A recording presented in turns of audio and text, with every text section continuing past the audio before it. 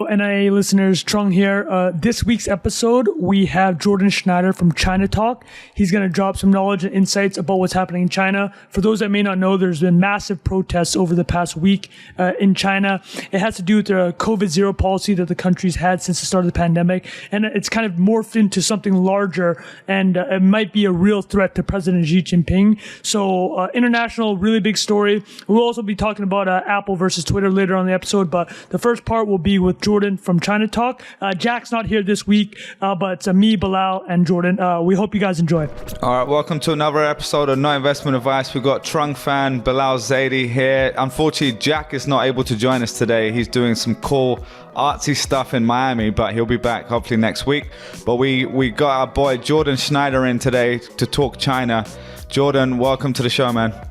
Oh, what an honor. I have never been more excited to talk. I think I heard you China. say that on another podcast, actually. So I need to know which one's true. Actually, no. This is the most fun I will have talking about terrible things, which is all you do when you talk about modern China. So yes, can't wait. You know, Trung, also you're a Here legend. come the YouTube comments. You changed my life. I was in a dark place, and Trung DM'd me out of nowhere, being like, "Jordan, your podcast, it doesn't suck, and all the other China podcasts do. What's your secret?" I'm like, I don't know, man. I try. And then, you know, I've had a pretty big month on Twitter as China Twitter goes. This is all thanks to Trung's sort of back channel tweet editing. I asked him, I don't make him read the whole thread, but I'm just like, come on, first tweet, Trung, give me some of that magic sauce. He's like, move this comma over here. No semicolon. What the fuck you thinking about, Jordan, with a semicolon? And then now I, quadruple my follower count, which is... I did get really mad at Jordan for tagging people in the first tweet of he had a super viral thread that you guys may have actually seen. Some listeners might have seen it actually. It was about the US government really clapping down on China's semiconductor industry. But you might have seen it actually. I'm pretty sure he shared it in our group chats. But yeah, he was sending out dude, way too many ad tags. Get these hashtags out of here. No, I mean, the content's amazing. You know the drill, right? People are scrolling through 100 tweets a minute. You just got to make that first one clean. That's it. There we go. That's cool to hear the backstory, man. But anyway, Jordan, so you're based in the States, right? So just to clarify, indeed, I live in New York City. My day job is at the Rhodium Group, a China-focused research firm, and I also run the China Talk podcast and newsletter. It's incredible. Both of them are incredible. It's ChinaTalk.media, right? Is that ChinaTalk.media? Yeah. Okay, perfect. So we can share that in the show notes as well, but you can just open up in a new tab while you're listening to this and subscribe. So look, man, I'm going to be straight up with you. I don't know what the hell is going on in the last week, especially, I mean, in general, what's going on in China is always kind of a blur to me. I just read a few random threads once in a while. The Economist writes something once in a while and I'll read it, but I honestly don't know that much. But in the last week especially, seems like mayhem from a few clips I've seen. So I guess we wanted to get, an understanding of what is happening on the ground based on your understanding anyway. But is there anything else to preface that before we go into the details of the last week? Yeah, I mean, I think we got to start with a bit of a history lesson because this is happening as a direct function of two trends. First, the longer one of a broader sort of drive towards autocracy that Xi, who assumed power in 2012 and is changed the constitution to to apparently rule indefinitely, as well as the sort of trials and tribulations of the way China has responded to COVID over the past few years. So let's start with COVID, which is the more proximate cause of the recent unrest.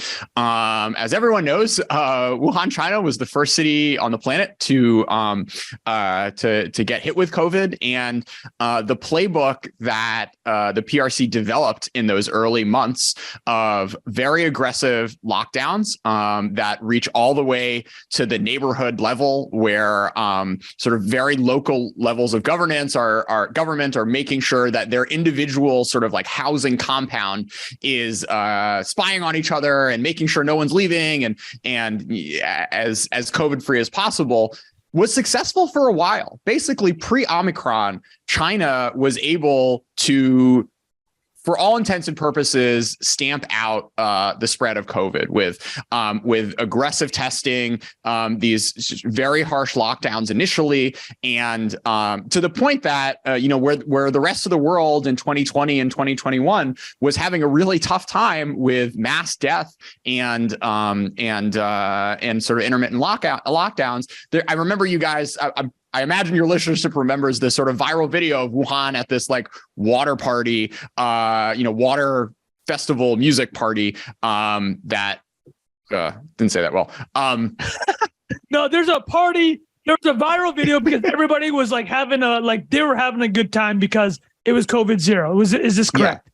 Okay. Yeah, COVID zero was the place to be if you wanted to enjoy yourself in summer, it's like New Zealand, fall, Australia, right? Like I was seeing like festivals in New Zealand, people on people's shoulders while everybody was locked down. And the thing I wanted to add was I do remember that feeling at the beginning of the pandemic. I remember having these conversations with my dad. He's Vietnamese and he's not the biggest fan of China. In fact, you might say he's not a fan at all.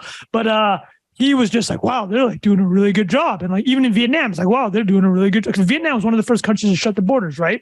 Because they obviously border China. They shut down the borders and they look like they're doing a good job. And similar to, I think you're probably going to talk about how it didn't end up and into the best situation. But yes, continue. So there's the Wuhan viral video. Okay, so we have China sort of like, coming up with a full house, and she starts to take a lot of personal pride and credit for this, that under his leadership, under the Chinese system of governance, they were able to beat the thing that the rest of the world succumbed to. So fast forward 2022, we got this new thing called Omicron, and it is pretty much impossible to control in the style that China had been attempting to using the methods that China had successfully done for the earlier variants. So this is what led to the lockdown of Shanghai in April of 2020 when they had a COVID spike, and not just Shanghai, of course. There have been many other major cities who've been locked down for weeks or even months in the case of some cities in Xinjiang. So you have this sort of building frustration and pressure among people who have not had normal lives for going on a year now. And when they see the rest of the world with mRNA vaccines having basically moved on from the virus. So that brings us to September of 2022. The National Party Congress, it's sort of like every 5 years, the big moment in Chinese politics. Xi takes a victory lap, says he's going to stick around for a while. And in the lead up to this, most people were expecting that, okay, they'd keep this COVID zero thing going up through the party Congress, but during it and afterwards, we'd start to see some loosening up. And so people were like, all right, let's just hold on through September, and then things are gonna start to get back to normal. So two things happened during the party Congress. First, you saw, of all the potential futures of how this could have played out politically, the sort of most aggressive signaling that it was all Xi all the time, sort of no exit strategy, no political exit strategy from him as a leader. There was no sort of heir appointed on the standing committee, as well as not a lot of discussion at all, signaling that zero COVID would be something that would be wound down. Now, subsequent to that, you had these 20 points released where people did actually raise their expectations that there was a plan to get folks out of zero COVID. But in the following weeks, there were major outbreaks, upwards of 30,000 positive cases per day, which caused a number of cities to shut down again. And that got people... Wait, is this after, did they loosen a little bit? Seeing like they look at this 20-point plan, like, oh, it sounds like we can loosen up a bit. So let's loosen, or was it just happening organically anyways? Did they loosen up that led to it, or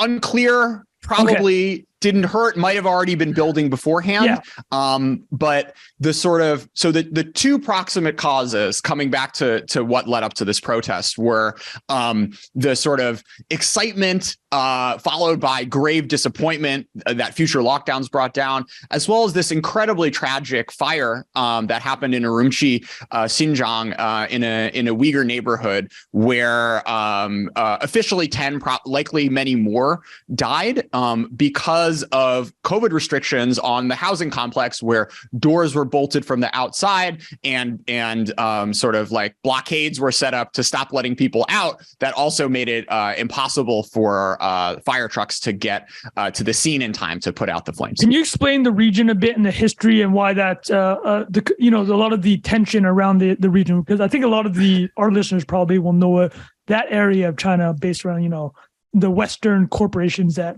have had to deal with the politics of manufacturing there. Trung, could you clarify what's the name of the region you're talking about? Xinjiang? Yeah, okay.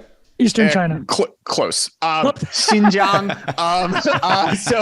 Wait, hold on. Before Jordan continues, I had never heard Shanghai pronounced the way you do. I say Shanghai. I heard Jordan go Shanghai. I'm like, God, this is just his OG here. Here we He's go. just like, listen, everything I'm going to say is going to be incorrect. It sounds like the World Cup commentators. They just say every single name perfectly. And I'm like, this is just making me feel bad. But yeah, all right, Jordan. Did you see the Iranian journalist today calling out Adams, being like, you're criticizing our country. You don't even pronounce our name right. Well, it's like, maybe you should stop shooting people in the streets, and then we might give you a little more respect. Jesus Christ. Jordan's kind of shit. Well, let me add one thing before Jordan already clapped down on me. Professor, like a teacher, right? Trung Phan, said my name incorrectly for 25 years, so people have never heard this on the podcast. When I moved to Vietnam at 23, everybody on the street started calling me Trung. That's how you say my name in Vietnamese. I'm like, what are you guys calling me? Turns out Trung is a white way to say my name, and that's what I had to do over 23 years, and even now. But Jordan, apologies. Close. 80%. No, it's good. We're this is an educational show, right? So Xinjiang, Western China. It's not majority Han Chinese. So China has a number of different, as dozens of different minority populations. The two most famous are Tibetans. The three most populous and famous are Tibetans, Mongolians, who mostly live in Inner Mongolia and northern China, as well as Uyghurs, who populate Western China and are most concentrated in the province of Xinjiang. So Xinjiang, over the long sweep of Chinese history, has been sort of in and out of control by the capital. They were most recently conquered in the Ming Dynasty, and sort of had a hot moment of independence in the 9th, 10th century, where there was like a sort of Uyghur empire. But anyways, it has always been a sort of colonial relationship that the sort of Han leaders from sort of imperial China through sort of Republican and then communist China have taken to the region.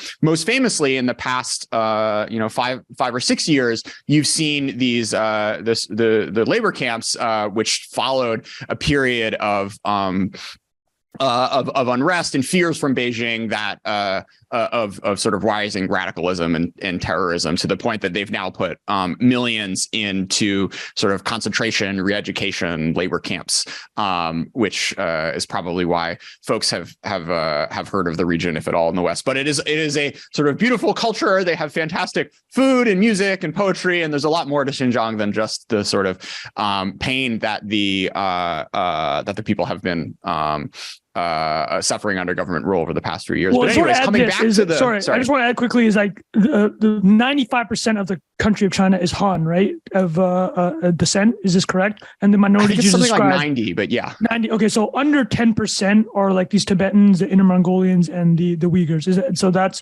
kind of speaks to their relationship to the rest of the country. Yeah. So there are like 20-30 million Uyghurs, I think, and generally, they are Muslim, and the Chinese Communist Party doesn't take particularly well to religious groups, particularly those who have a history of independent rule, and there's been a sort of different levels of intensity at which Beijing has tried to sort of quash independent languages, cultures, religions since Mao. The probably most aggressive moment was during the Cultural Revolution, where you had sort of mosques and temples burned down and sort of leadership really aggressively persecuted. Things got a little softer during reform and opening, and now we're in a phase of very aggressive crackdown once again. And sort of coming back to zero COVID, there's been a lot of discussion about how the sort of level of lockdown that has been put on minority regions and sort of Uyghurs in Xinjiang in particular has been much more aggressive than the sorts of controls that have been put on their Han neighbors. However, after the protests, what was sort of very, after the fire on this past Thursday, what was really striking to a lot of observers was how the protests were actually majority Han Chinese, who came out in the thousands, furious that the government has, that the government let something like this fire happen. And historically, there have been a lot of tensions between Han and Uyghurs in Xinjiang. So to see this sort of, maybe go too far to say cross racial solidarity, but shared frustration, to be sure, was a really striking moment, and I think speaks to just how furious many Chinese are about the past few years of COVID policy. Bilal, did you have a question? Yeah, I just want to this is quite a touchy topic, but we already started talking about the Uyghurs, so I just wanted to go into that a little bit more, if you don't mind. Sure. Again, I know very high level stuff about the situation there. You already described most of it, of what I know already. From someone who is like specialized in this, country and what is going on the ground there, what is your opinion on how we're going to look back as a global, society, that this was happening in the time that we were alive? Like, and I don't want to draw parallels to, atrocities in the past, but you just mentioned 30 to 40 million, Uyghurs are in the country, which is essentially, I'm from the UK, that's more than half the population of the UK, right? 60 million people. And you said several million people are in the equivalent of concentration camps or re-education camps and stuff like that. Again, I'm saying the word concentration camp, of course, we're going to think of what has happened in World War II. But I want to separate that and just say, from what you understand, what level of scale is this atrocity, is it at right now? Sure. And does it feel like we are just kind of letting it go by, and in the future we're going to say, oh my God, I can't believe that was happening while we were alive and we didn't deal with it? Yeah, to correct the record a little bit, I looked it up. 12.8 million Uyghurs in mostly in Xinjiang. It's an interesting question. There has been a lot of debate over the past few years on whether this is something that counts as genocide. I mean, I think the important thing to recognize is that these are not sort of death camps, right? There are concentration camps where people are being held indefinitely. I think which is awful and a sort of a grave violation of human rights, and sort of the layer on top of that, and the thing I think is I feel confident in saying is that this is certainly a form of cultural genocide, where Xi and the sort of CCP at large has broadly decided that they have no interest in keeping a sort of a kind of like independent Uyghur culture as something that persists. And you see this in sort of the aggressive persecution of cultural leaders, of Uyghur language media, of Uyghur language instruction, and sort of this broad, mental re-education that the party has very aggressively pushed forward over the past few years. So, putting millions of people. I mean, yes, I do think this is a really a deeply upsetting thing that one would not expect to be possible in the 21st century. And thankfully, there has been a fair amount of Western attention over the past few years that has brought this to light. And you've seen a number of governments around the world, including the U.S.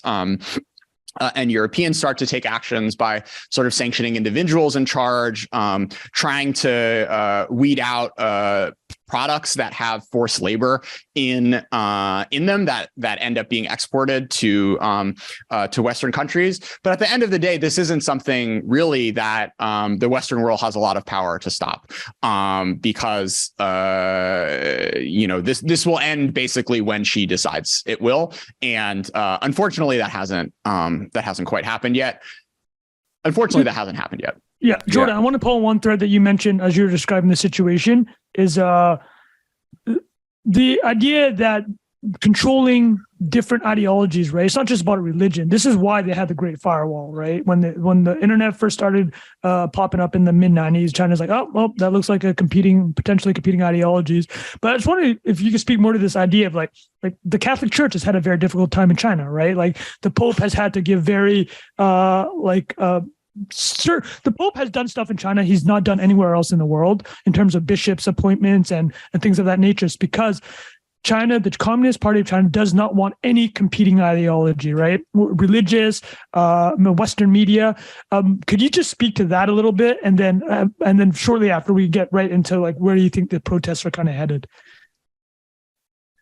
Sure, China,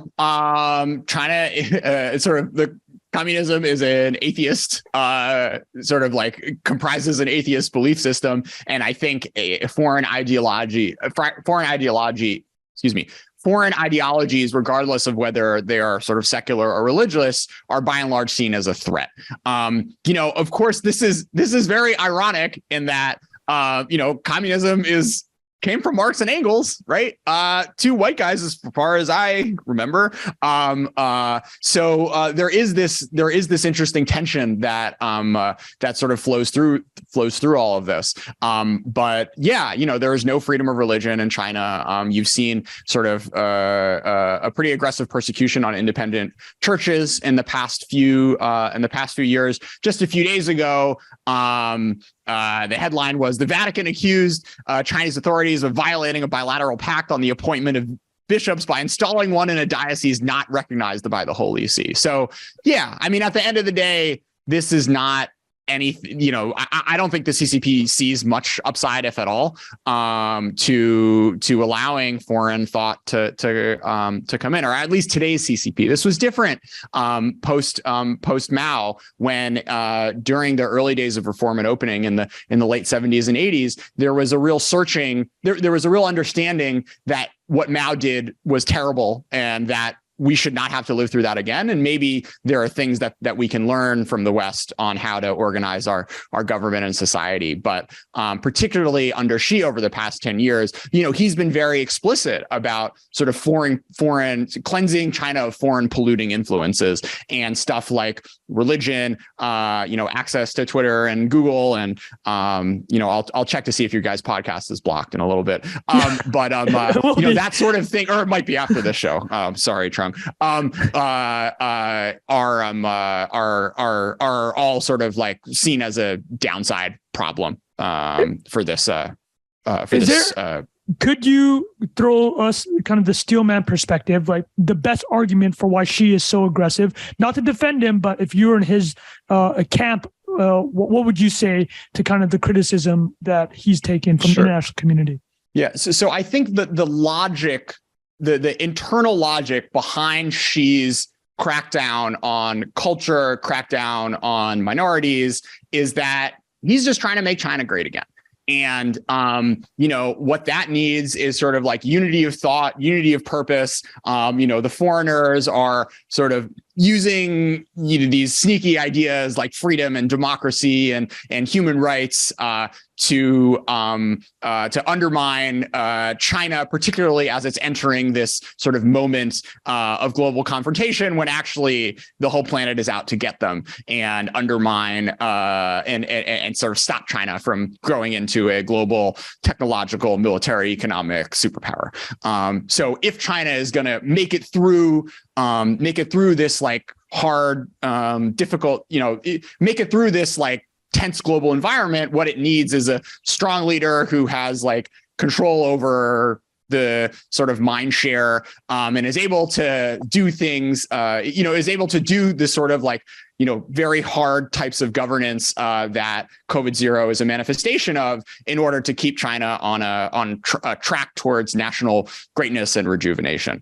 Now, we've already discussed sort of a sort of horrific symptom of that logic, which is the sort of oppression of the Uyghurs.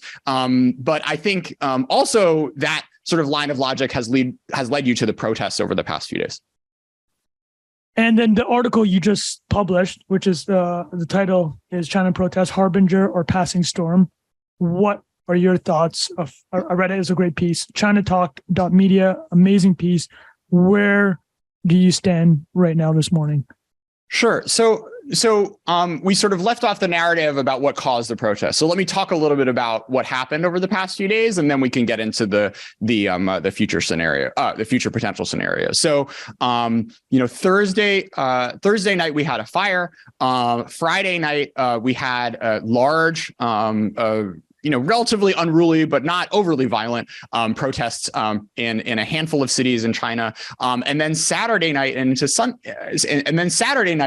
it really spread across the country. Apparently, there were over 79 universities that had some sort of actions, and hundreds or thousands gathering in a number of major cities, including Beijing, Shanghai. I'll do the sort of white people pronunciation for you, Trung, make you feel comfortable. Thank you. Wuhan, Guangzhou. Sorry, just for people who are only listening, I want to point out that Jordan is a white-looking man and Trung is an Asian-looking man, though he's Vietnamese. I guarantee Jordan can speak Mandarin better than I can speak Vietnamese. It's not even a question. You could probably speak better Mandarin than I speak English, so fair enough. I've been told by a lot of Vietnamese cab drivers that I speak Vietnamese like a white man. That's literally the phraseology. You speak Vietnamese. Look, there's levels. You don't speak Vietnamese at all, and then I think speaking like a white man, you're already surpassing a lot of the other Canadian Vietnamese out there. So I wouldn't be too hard on yourself, Trung. Okay. I didn't mean to cut you off, but yeah, back to what you're saying. So the protest. So we had protests across the country, people demonstrating for the end of zero COVID, and in Shanghai, even chants starting sort of like for Xi Jinping to leave the stage and for the CCP to end. Now, I think your listeners probably have a sense of just how crazy this is. Protests happen in China on occasion, but since of course the famous Tiananmen Square 1989, but the types of protests that happen on a regular basis in China are very localized, and people sort of are complaining about back pay, complaining about environmental, their local river being polluted, sorts of very kind of like domestic, localized concerns. Having a nationwide protests in dozens and dozens of locations, particularly a cross-class one. So you saw workers, you saw students, you saw mostly young people, but also a handful of old people, migrant workers, all sort of venting their frustration at a national level policy, is truly a decadal event, the largest challenge that Xi has faced, and likely the biggest challenge that the CCP has confronted since the events in Tiananmen Square. So yeah, I guess it kind of leads us to where we are now. So thanks for giving us context around why it's so significant. Now looking forward, how do you see this playing out? I mean, this is kind of unprecedented, you said. Sure. And from your understanding, like there's normally more of a clampdown on this sort of stuff. So is that different this time around, or do you expect that to be the case here? So I think what happened is over the weekend, the system was caught a little off guard. on sort of Chinese social media, you had censors doing a pretty poor job, frankly, of clamping down on videos and photos and articles that talk about the incidents, and the sort of police presence at these protests was pretty small. And if there was sort of like in sort of normal circumstances, this would have been happen more aggressively. But I think the sort of size, scale, and speed of both the online as well as in-person protests, folks really, the system really wasn't ready for, which allowed it to sort of, and because it was so nationwide and distributed and kind of wide scale, it wasn't the sort of thing like, oh, if we could like, just if we're doing our normal thing of like tracking our like, 20 instigators or whatever, like that method wasn't gonna stop this. So in the past 48 hours, you've seen the system start to spin up. The sort of censorship online has become more aggressive. Sunday night and Monday night, you saw very large police presences, which by and large have dissuaded protesters. It's interesting to compare this to what happened in Hong Kong, which of course in the summer and fall of 2019 had long-standing protests, which basically every weekend for months on end, you saw thousands, then tens of thousands, then even millions taking to the street, and sort of running battles almost between protesters and between protesters and police. I don't think that that's the sort of thing that's going to happen in China. There are a few major differences. First, the sort of police state in mainland China has been training for this for decades. Frankly, this has been a sort of like state stability and control of the streets post Tiananmen has been a sort of major operating principle and a huge place of sort of investment and training on the part of Chinese police bureaus across the country to do everything they can to stop another Tiananmen. And you saw sort of videos of sort of riot trucks and advanced like riot police crowd control tactics of splitting up groups and sort of slowly taking folks out into trucks, and these sorts of things have been drilled for a long time now. And I think the sort of Hong Kong police, at least in the early days, wasn't entirely sure what their marching orders were. But after these initial days, it's been clear that the message has been sent out that we're not going to tolerate groupings by the hundreds of people in major metropolitan areas. You've also seen, yes, Trung. No, Jordan, I was just going to say, because I read you did two amazing tweet roundups over the weekend that you dropped. It was like a 3-in-1 China Talk weekend. And I remember one thing from those that really stood out and kind of touched on what you were going over there is the idea of like, China has to kind of be a little bit of a decentralized government, right? Because of how large it is, the country geographically, and also how many people there are to be governed.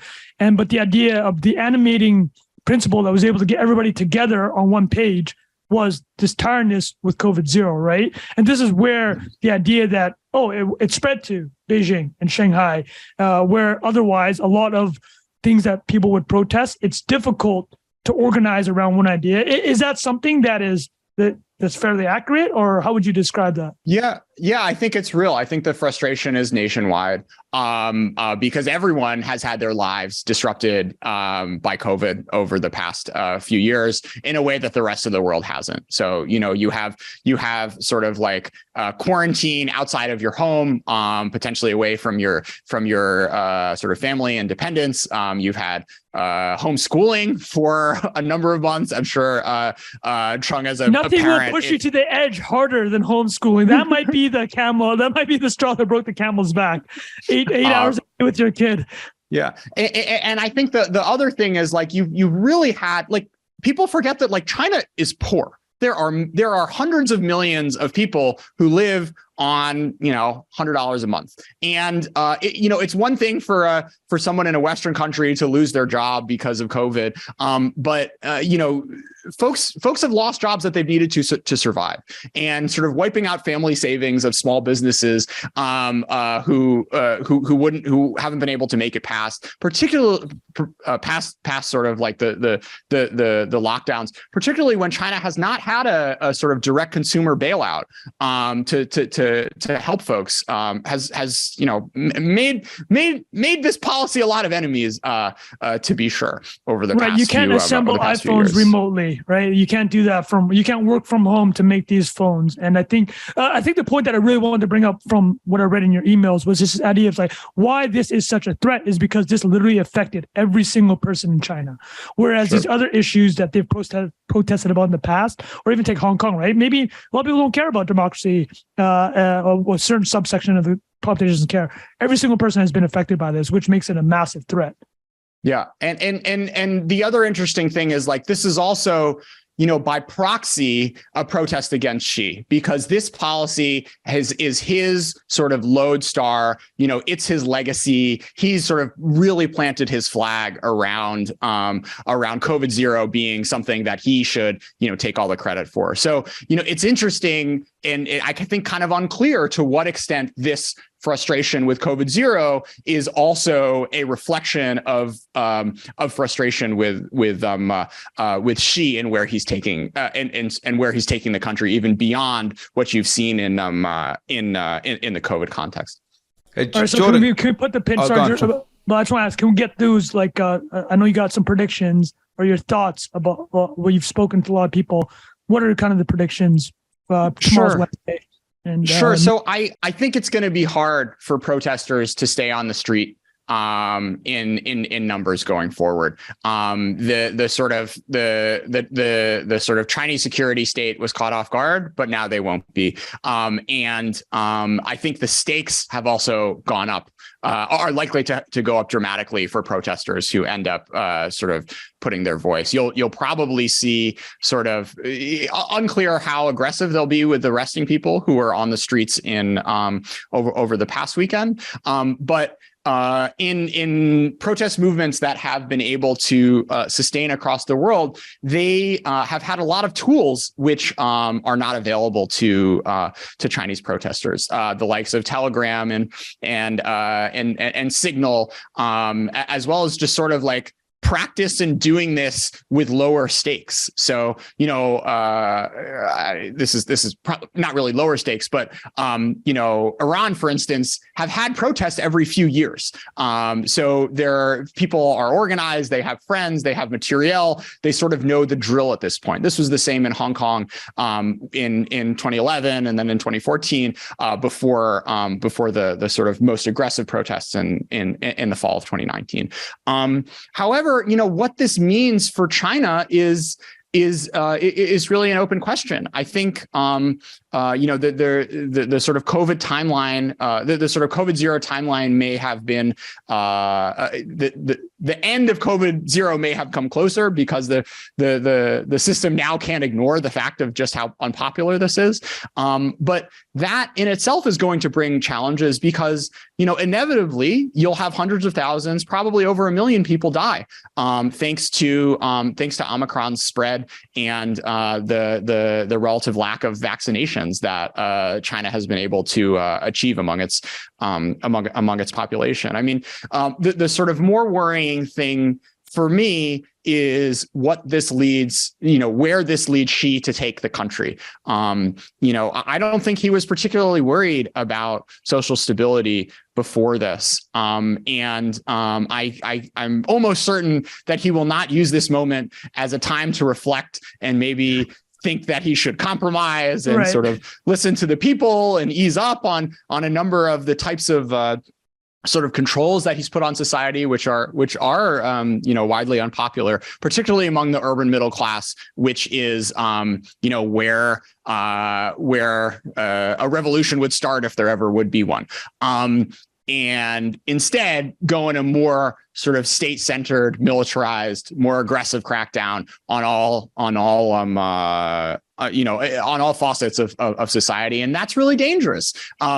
Both I would, it is sad for the people who will have to live under that, and also sort of potentially adds more kindle to the fire the next time a sort of rallying moment of frustration ends up coming to the fore. Well, the scary thing, and I've read this in your newsletter a lot, and a lot of China commentators, is the idea that, and this is just historically, if a strongman leader, is seeing their domestic position weaken, they're going to do stuff like invade other countries, right? To your point, rally around an idea. And obviously, China and Taiwan have always been a kind of, when you're talking about kindle and a fire, that's the main one that is concerning the world with the U.S. So I don't know how much longer we want to go on that, but I'm happy for you to just kind of give like the TLDR on the semiconductor situation and on the risks you see around Taiwan. Yeah, sure. So, my base case is that nothing crazy happens. Okay. I think that a blockade or an invasion by Xi, the downside scenario is so much higher than the upside one for him, in terms of the sort of massive hit he would create to the Chinese economy. I've done like some back of the envelope work at this. Like, we're talking instant 25% shrinking of China's GDP as the world basically, as you have very aggressive sanctions and trade stops. If you want to piss a lot of people off, and make 1 billion people's lives instantly way worse, take away a quarter of their wealth. And even if he sort of wins the war, you still become an international pariah, and you have sort of long-term economic challenges, which China has today, even without a Taiwan situation, with a debt overhang and an aging society, only get exacerbated by that. And I think that Xi cares about more things than just territorial aggrandizement, and at the end of the day is worried about really just wants to keep the party in power, during and beyond his reign, and China and an invasion of Taiwan aggressive escalation seems to me to have more downside than upside from that perspective. However, Trung, you do hit the nail on the head here a little bit, in that one of the sort of like edge cases is that domestic social instability leads to a Chinese leader wanting to escalate over the Taiwan Strait, over Taiwan issues to sort of rally the base and get folks focused at home. It's hard to assign a percentage to that sort of thing. I would put it in the, definitely below 1, I think, in the very near term. But as she gets older, nothing ever good happens to a country when its leader has been in power for more than 15 years. And in particularly after he leaves the stage, whenever that is, you may see a sort of, succession struggle where over the course of trying to sort of assert control over the military, the new leader may attempt to use a Taiwan scenario or other sort of border tussle to make their stamp clear that they are the new man in the seat. That's amazing, Jordan. That was longer than the 30 that you promised us, so appreciate that. And before we move on to the next topic, because I actually haven't heard you talk a lot about U.S. technology, so we're going to put your feet to the fire a bit. Talk about Twitter, maybe some Apple, maybe some Elon Musk. But before we do that, we're going to steelman one thing. Myself, I'm going to steelman me not being able to speak Vietnamese. Okay, so. This is the steelman argument for Trung speaking Vietnamese like a white man. Vietnamese is not a very commercially useful language. Dad, if you're listening to this, do not get mad at me. So you're talking maybe 100 million people in the world speak Vietnamese. Listen, I could be on Twitter going viral, okay? Or I could be learning Vietnamese. You decide what has more effect. So that's basically what I. Come on, man! You saw those protests in Zhengzhou. Apple's trying to move to Vietnam as fast as they can. Right. They need plant managers just like you, Trung, flying back between Cupertino and Ho Chi Minh City. This is your moment. I actually knew so Intel built a plant right when I moved to Vietnam, or they had built one in the mid 2000s, the early aughts. And it was like a big deal, right? Like to have an Intel plant in Vietnam. And I met the guys that did it. The guy that managed that plant was a Vietnamese American from Portland. His Vietnamese was not good. His Vietnamese is very subpar. So to your point, I could be running an AirPod factory, except this is actually the perfect transition because Elon, for the listeners, I'm sure a lot of people have seen, he's been going after Apple. And I've been kind of making memes, making fun of Apple. So I think my employment opportunities at Apple are effectively zero right now. But let me throw this out here. Jordan, would you take a job from Twitter? If Elon tweeted you was like, Trung, I like your style. I think he does like his style because he's following Trump. We need to know, if it required primarily meme making, then yes, this would be heavily considered. And I think there's a non-zero chance that that's on the table. Jordan, you are a Twitter user. I know you are active in tech Twitter, I believe finance Twitter, obviously China Twitter. I'm going to show you, I'm pretty sure you saw it, the tweet about Twitter 2.0. So did you have a chance to see the product rollouts that they're about to have? So slides from his company talk. Did you see this over the weekend? This got memed pretty hard, actually. Let's see it. Okay. Hayden Press. So, did you see any of the slides? And so for people who are just listening, this is Elon Musk tweet, which says slides from my Twitter company talk. And it looks like just a slideshow, but he's uploaded them as images. I have a 2015 MacBook Air. Apple, come on. These things should be better. Okay, here we go. Twitter 2.0. You're a Twitter user. These first ones, how excited are advertising as entertainment? I think that's been talked about. Longer videos. Anything tickling your fancy, Jordan? I mean, go to the long form tweets one, because I think that's the. Okay, here we go. Okay, these are all interesting, actually. Okay, yeah. So for the listeners, we have the second slide of Elon's presentation he did internally. Some product rollouts. They're going to use encrypted DMs, which is important. Long form tweets, the relaunch of Blue Verified. I'd love to get Jordan's thoughts on that. And a payment option. So Jordan, do you want to kind of walk through here your general thoughts on each of these product Twitter 2.0 rollouts for the next 2023, presumably for Twitter? So I hate writing threads.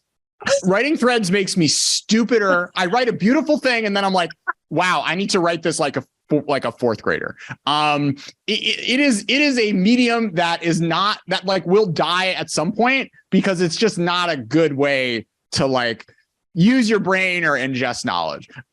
So as soon as the sooner he can kill that with a way to like put paragraphs, the better. So all in favor of that. The other stuff, encrypted DMs, like I would love for sort of Chinese spies to have a slightly more difficult time reading me and Trung DMing about the CCP and sending memes, lots of memes. Yes, I think. Can I talk about Elon and China for a little bit? Yeah. Okay, so they got this like a whole factory in Shanghai. I hear 30% of what? Oh, Elon. Yeah. What factory? Yes. So they've got what, a Tesla factory? It's one of the biggest ones for them.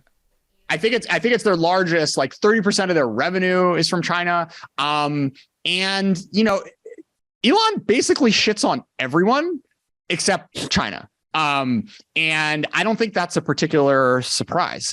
Twitter, coming back to the protests, has really been, a bit of an information battlefield where you've seen Chinese bots pretty aggressively start to spam sort of prostitution ads when searching city names in an effort to make it more difficult to find information about the protests.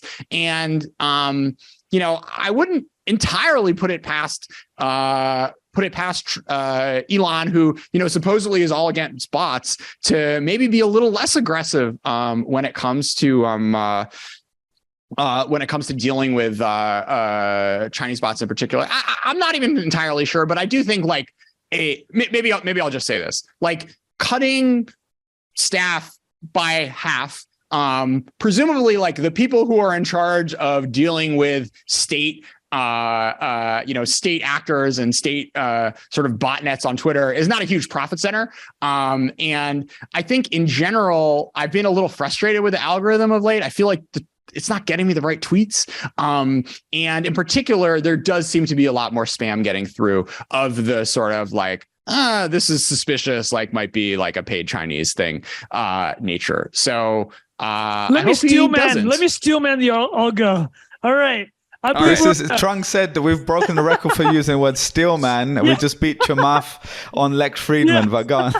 I believe this is I haven't, the issues I've seen with Twitter since Elon took over is there has been some slower loading times. I don't know if that's anecdotal, but that's something that I also have really bad Wi-Fi in Canada. I have the shittiest data plan. So again, it could be that. I think anything along the lines that you mentioned, and I have seen tech Twitter talk about it, they're like, oh, it feels like my timeline I'm not getting the same volume of tweets, right? You come back 3 hours later and you're scrolling and you're like, oh, I think I saw this 3 hours ago when I went. If that is the case, here's a Steelman. I believe it's a 2 steps back. 1 step back, 2 steps forward situation here. Okay. Listen, they did clean house. And I think a lot of the ideas here is to, not sure how possible it is, to automate a lot of these things. To your point, Facebook, for example, has 40,000 employees doing content moderation, right? So pre-Elon, Twitter had 7,500 employees, period. Facebook spends $5 billion a year on moderation. That's Twitter's entire revenue. So to your, to give you the scale of the largest social networks in the world, they have to spend so much on moderation. And obviously, as you mentioned with Elon, where they're going up against the idea of you cut massive staff, there's going to be a lot of global situations like this. It's definitely something that is rightfully concerning, right? A couple of the staff members they had in Belgium just left, and the EU's wait a second, we have these digital laws here that need to be abided by, right? And then and then Twitter itself in the United States is under FTC consent decree where they have to be monitoring the content on their network. So that is a long preamble for me to say. That was my attempt at steel manning, but I want to talk about the juicy bit here of what's going on. And I know this is very relevant for also kind of China too. It's Apple and Twitter, right? So for the listeners or anyone that wasn't on Twitter yesterday, good for you. It's probably good for your mental health if we're being honest at this point. Elon went after Apple. I believe there's probably 3 pieces to this thread. So I'll just kind of talk through them, and I'm happy to get your guys' opinion. I love Bilal's opinion on the advertising side, actually. So it turns out that Apple is Twitter's largest advertiser.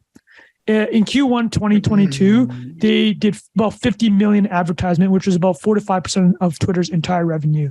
It sounds like Apple has pulled all their advertising in the meantime. Similar to a lot of other companies, they're waiting to see how the content moderation plays out. So that is a situation that is worth watching. So that's number one. The second thing is, here's an Elon tweet. Jordan, you definitely saw this one, right? This one. For the listeners, Elon put the spoiler alert tag and said, did you know Apple puts a secret 30% tax on everything you put in the App Store? So that one was funny to a lot of people because people joke is oh, did Elon just find this out? And be there's a non-zero chance he didn't know that before. Elon definitely knew that. But I think a lot of people don't actually know that. It's well known for people that follow tech. But so the App Store does about $80 billion a year in revenue, and they get 30% of that. Or no, they do gross sales, and they get 30% of that. That's the highest, pure 100% profit business.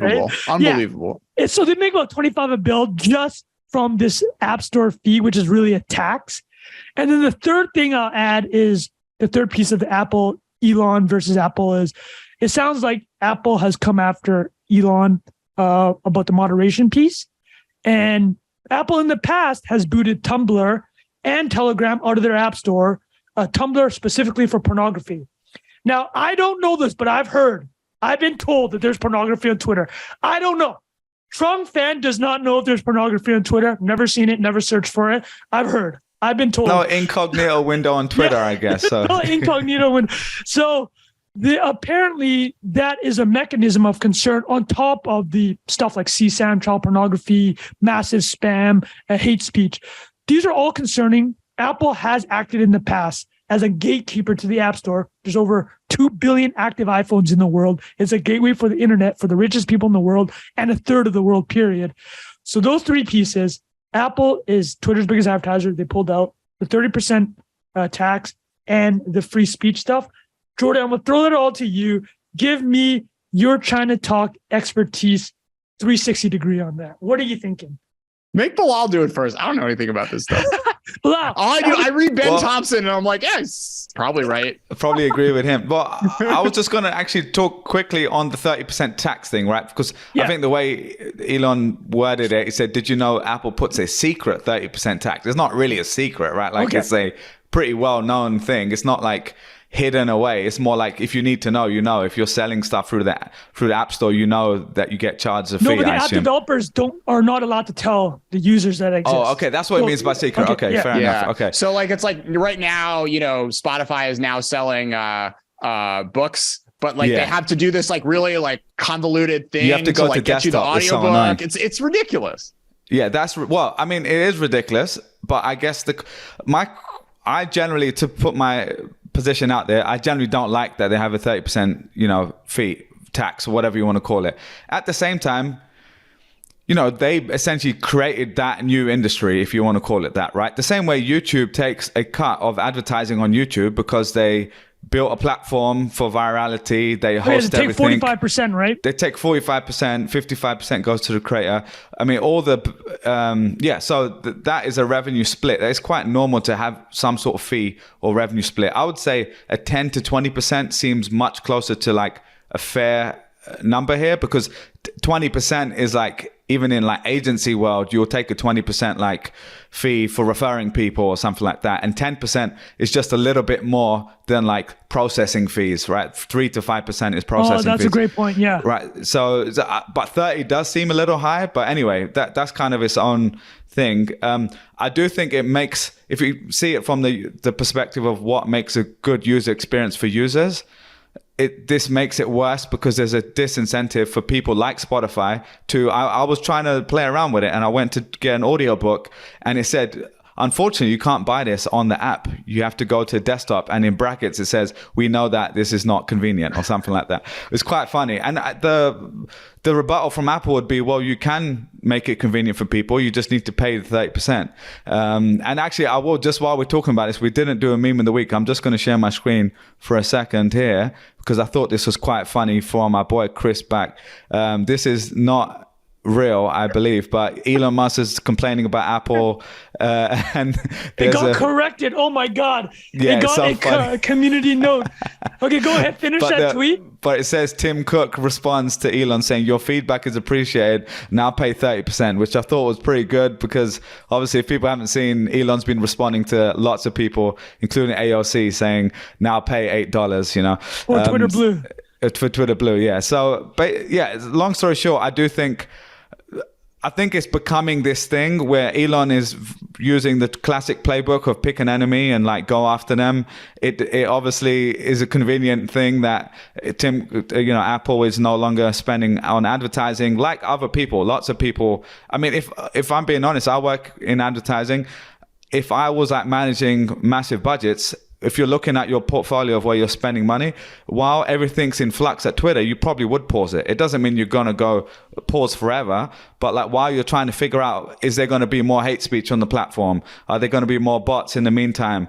Is it going to be a shit show internally? Let's just wait it out. That's normally the Have you had these conversations? Because I don't personally have any of my clients working on Twitter. Well, one of them does, and I don't manage it. Or my team doesn't manage it. But here's the thing, Bilal, like, as everyone pulls out, like, isn't there going to be some alpha? Won't they like cut rates or something? Yeah. Like, this is the time to get in, baby. You're right. That's true. Well, as long as you're going to see me promoting my threads, underneath. Yeah. When people promote like the most like benign tweet, it's like, follow me, and then underneath it's so confusing. It's the biggest joke ever. The ad I saw yesterday? This is like the only advertiser is left. The Saudi investment fund was like, learn more about how we're changing Saudi Arabia. I'm like, wow.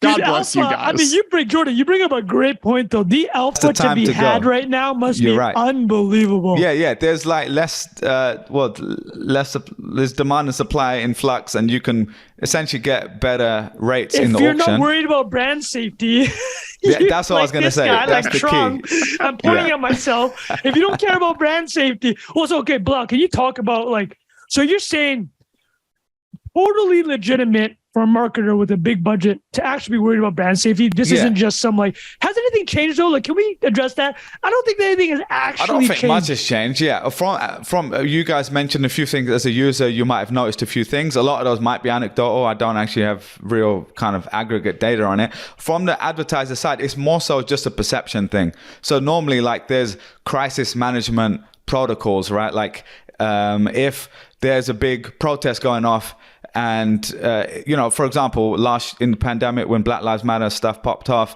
and people are storming the streets, you don't want to be showing your ad talking about go and buy Pepsi right now or whatever, right? Like it's just not the right tone. So in those hot moments, you normally pause stuff because it's not worth that day's worth of impressions. You can kind of put them the next day and make up for it anyway, or the next week. So generally speaking, anything like that, anything in flux, you just want to, especially for big brands who care about their brand and the brand safety side, you just don't want to, essentially, you don't want to get a screenshot sent to you saying, hey, why is my ad showing next to this police car on fire? Applebee's on CNN like after like the start of the year. Okay, fair enough. Exactly. Okay, but it's interesting because like, with YouTube, it's very clear, like my ad is paired with this video. But on Twitter, it's just like, okay, if you're just like randomly in a feed next to another tweet, you're right. I feel like there's less of a brand risk, no? That's true. Yeah, you're right. I think it's just more, I think one is pairing it with content, and the second part is just the moment as a whole. So if the whole of your feed is talking about, this terrible tragedy, someone just got killed in the street and the whole news is about that, then you're talking about something that is completely tone deaf, essentially. Buy some cereal or whatever. Yeah, exactly. And people don't really know how ads work. You know what I mean? So they just, all it takes is a few negative comments and it becomes an emergency. And so that's why it's not worth the hassle normally. Bilal, can I actually bring up 2 points right down your field? And it actually goes to something that Jordan spoke about. So the cutting of the staff, a lot of it from the sales and marketing side. One of the big advertisers, not huge, but spends $80 million a year. They did a pretty viral thread.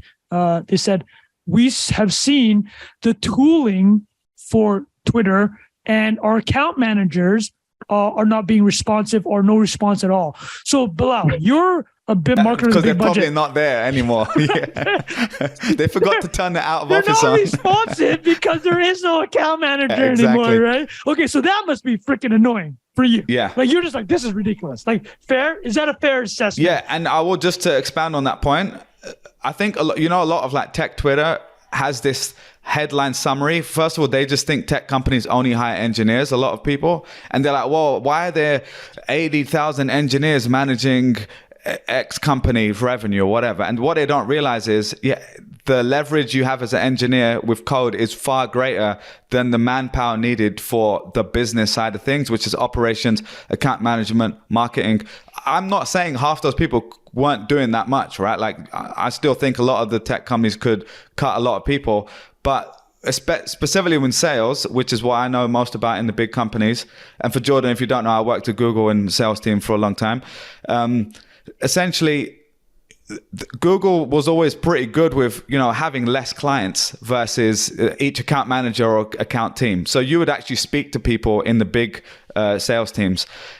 Even for me now, when I have like clients who are spending 20 million a year on ads, right? They don't have a dedicated person at Facebook sometimes because it's just not big enough on paper to get the real large customer sales equivalent. And so it's already frustrating. Twitter, I'm assuming, is even worse because they're tiny. You're getting that email like, you're sending an email 5 days later, reminders like, I haven't heard from my account manager. Yeah, exactly. So I'm that's trying kind of to give you millions of dollars. I mean, it's what a fucking mess. Hold on. Let me ask you. The tooling, though, the ad platform at Twitter is just also not. It's just not. It's a bit clunky. Okay. Yeah. It messes so that's why you need an account manager. Bugs. This is what I'm saying. One step back, 2 steps forward, people. And Trung, something to bring up on the brand side. Trung, you've mentioned this before. I think 80% of Twitter ads are brand ads, right? Yeah, not direct response, which is where the tooling comes in. And the tooling, but also literally the handheld service. So to sell in a brand deal to Pepsi or whoever, you need to be speaking that language to the brand CMO style person. It's not just, hey, this is driving direct sales, therefore like just keep spending more money. This is like, oh, you're doing a Super Bowl campaign, we're going to pair it with Twitter. You're doing the Oscars, we're going to make sure we have Twitter moments or whatever. So that is kind of where, as much as I wish it didn't work like that, you're still in an advertising industry that works on relationships and handholding. Exactly. Well, Jordan, I meant to ask you this during the China segment, but it's related. TikTok, which I've been vocal about, should be banned.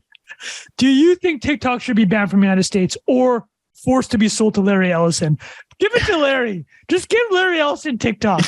What are your feelings? I mean, I guess Elon's too poor now to get it himself. That would have been a better timeline, I think, for us to be on than this one. No, it shouldn't be here. Like, look, it's at the end of the day, the algorithm is controlled by a firm which is subject to the whims of Chinese Communist Party, and people spend, tens of millions, maybe 100 million or more Americans spend a good chunk of their life on this platform, and it's a too powerful a vehicle for information, for viewpoints, to sort of potentially change political outcomes, for us to tolerate this. So, you had Trump, who, was interested in this for like a hot minute, and the Biden administration, frankly, has been pretty slow in handling this. But I'm hopeful that in the coming months we will end up seeing some sort of aggressive action, which will no longer have sort of like Beijing-based ByteDance be pulling the strings for the platform. You were living in China. I fucking love TikTok. Yeah, same. I mean, it's great. Like, it's the best. Congratulations to the team. I hope they come out with an enormous bag. They should get. They deserve the $100 billion price tag that whoever is going to pay for it is going to pay for it. But at the end of the day, look, this is not something that you should that sort of Western democracy should be open to tolerating this sort of stuff. India pulled the plug after the border confrontations in 2020, and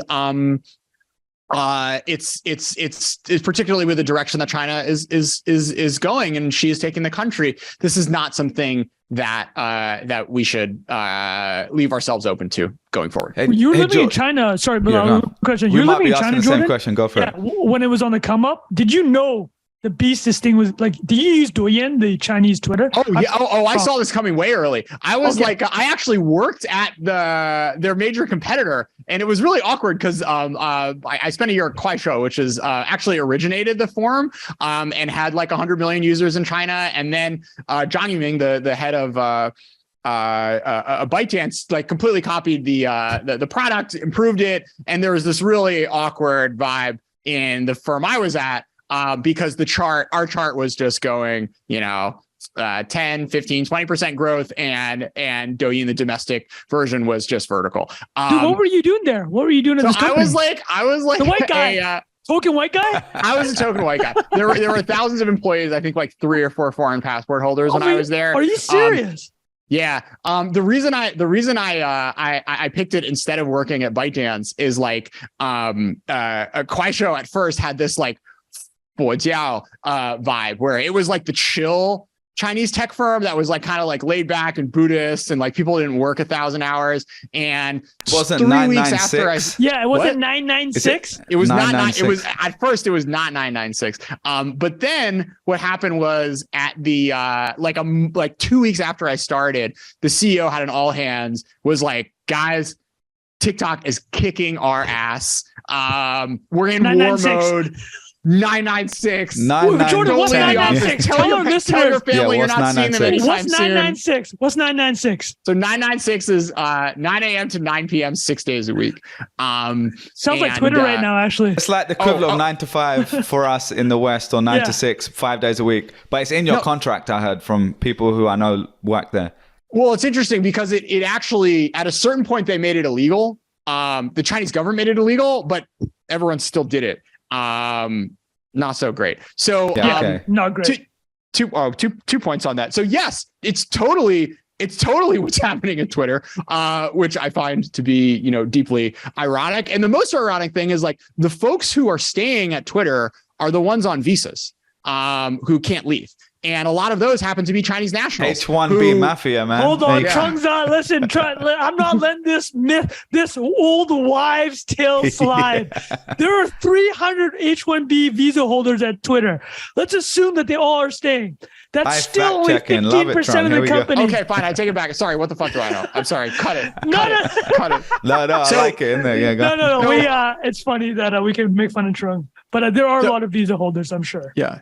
No, and it's unfortunate, and I hope this is not a thing that sort of takes over Silicon Valley, post layoffs, which is what we've seen over the past. Jordan, few years. can I ask a quick question? Because you lived in China, I think, and I know very little about WeChat, but I'm assuming you used WeChat when you were there.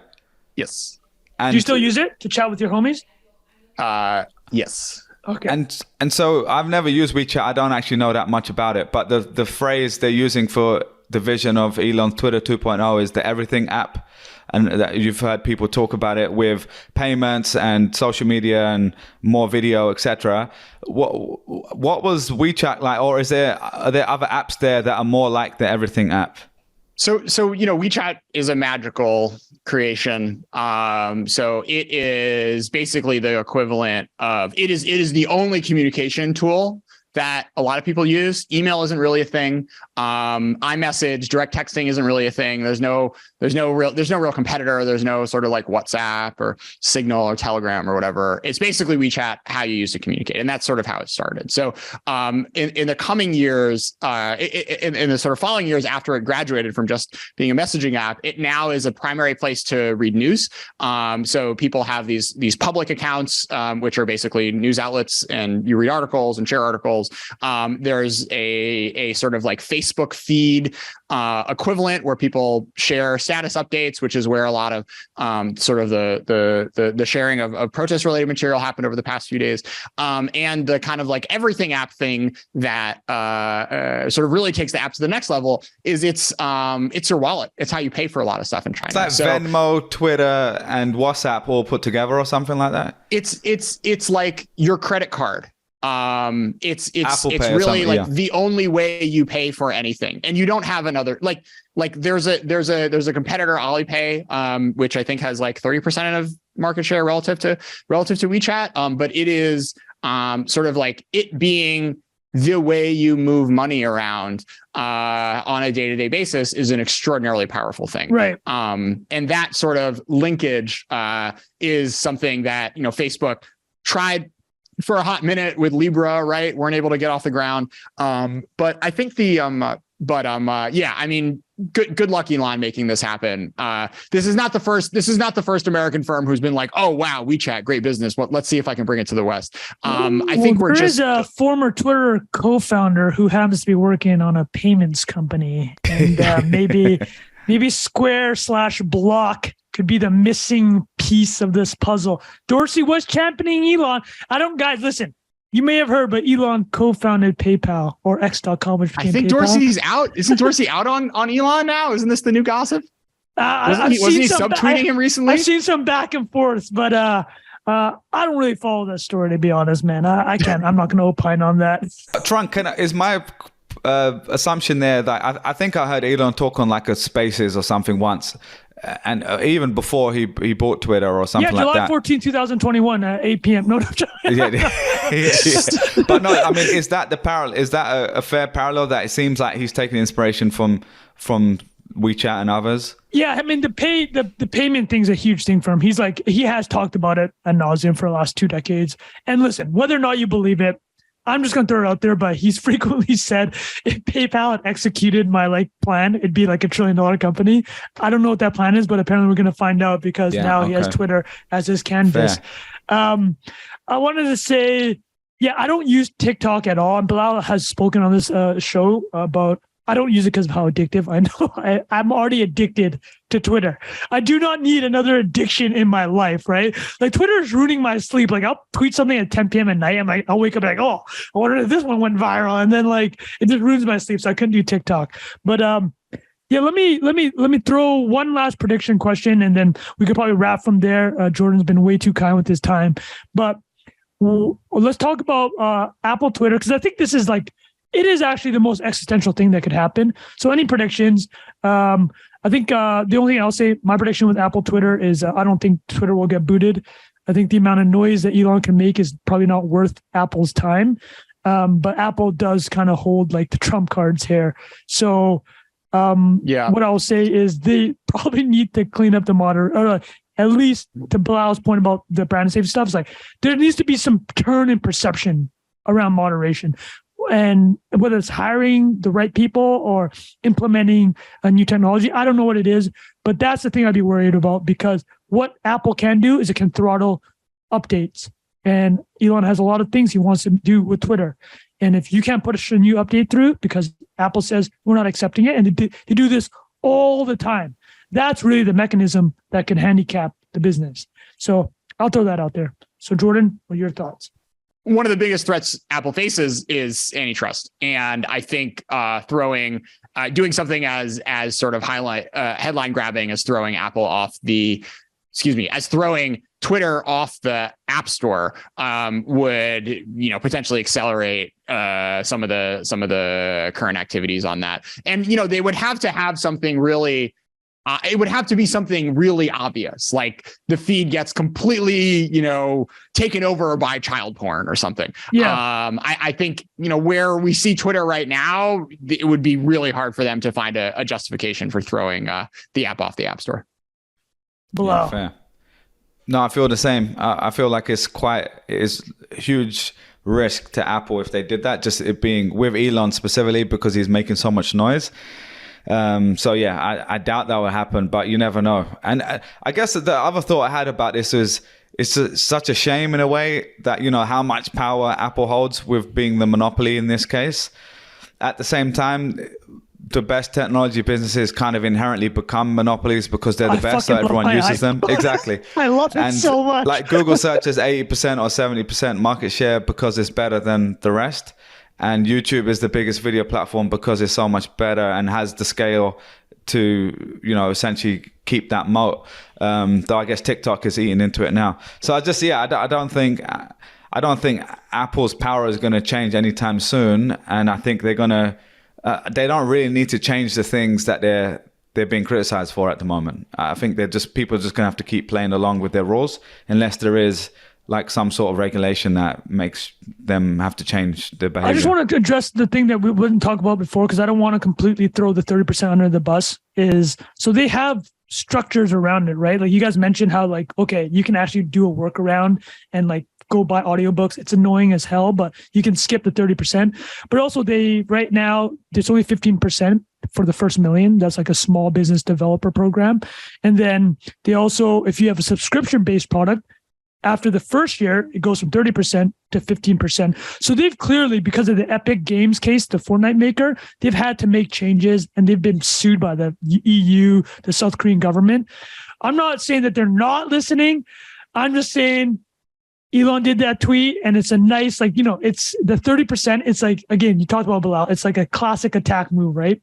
Pick the biggest person it's funny that Elon's the richest person in the world. And but Apple is literally just the biggest and most powerful company, right? So he punched somebody bigger than him in the face, or he's trying to.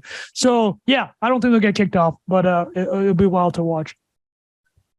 Yeah, completely. All right, man. I think we can call it there, unless you had anything else, Jordan, to wrap us up with. An honor and a privilege. You guys are true gentlemen. This is a dream come true. Thanks for being here, man. Subscribe to China Talk. Yeah, ChinaTalk.media. ChinaTalk.media. And we'll link to that in the show notes as well. I'm definitely doing a nice Twitter pump on China Talk tomorrow. Let's do it.